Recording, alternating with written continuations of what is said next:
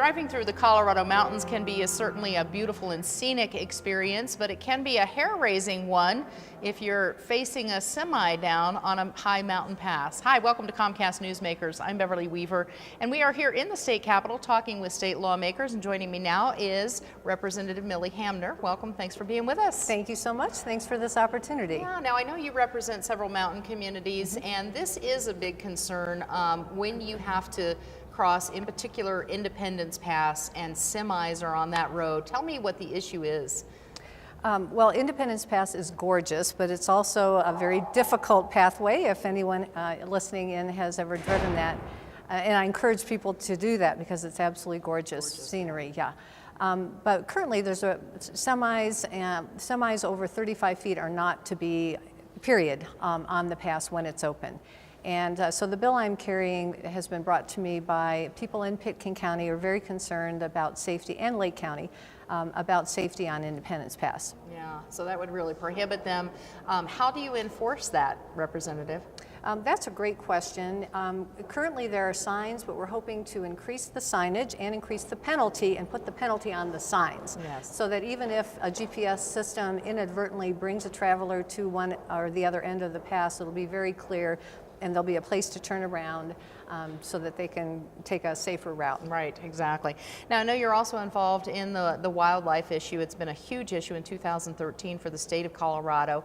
What can you do, and what are you working to do to help mitigate wildlife danger and damage? Yes, I'm working on wildfires. Wildfires, excuse me. Yes, that's good. I served on the Wildfire Matters Interim Committee this summer, and as part of that committee, I volunteered to carry 3 pieces of legislation that will help Coloradans and firefighters be more safe and be more prepared to deal with mitigation and catastrophic wildfires. Right. I don't think we face too much danger from wildlife, no. So I should correct myself there. Okay. And I know also that you're the chair of the Education Committee, a huge responsibility.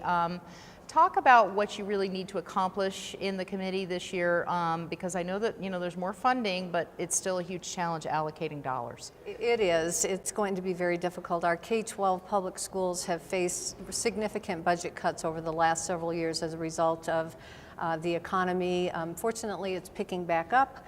So what I'm going to work really hard to do is to get as much of the new revenue into our public schools as we possibly can. They deserve it. Yeah. In the years past, obviously, there have been so many cuts. Do you feel like we can ever get back to the levels that we've had with education? Well, that's a great question. We had hoped that Amendment 66 would allow us to do that, but as you know, that failed this November. So we need to just go back to the drawing board, look at our current general fund budget and our state education fund and the growing economy, and try to get our fair share to public education to support our students and to support our teachers implementing a lot of the new reforms that we've introduced through the legislature.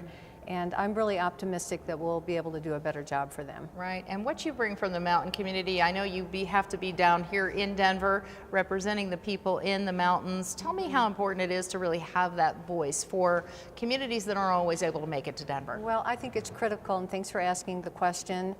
Sometimes the people who live on the western slope or in rural communities feel that their legislators, there are fewer of us, so that they feel that their voices aren't as easy to be heard as those who live in the metro area. So it's really important for me, even though my 5 counties are spread out across a large part of the beautiful Colorado Rockies, it's important for me to be there and listen to my constituents. All right, very good. Representative Millie Hamner, thanks so much for being with us.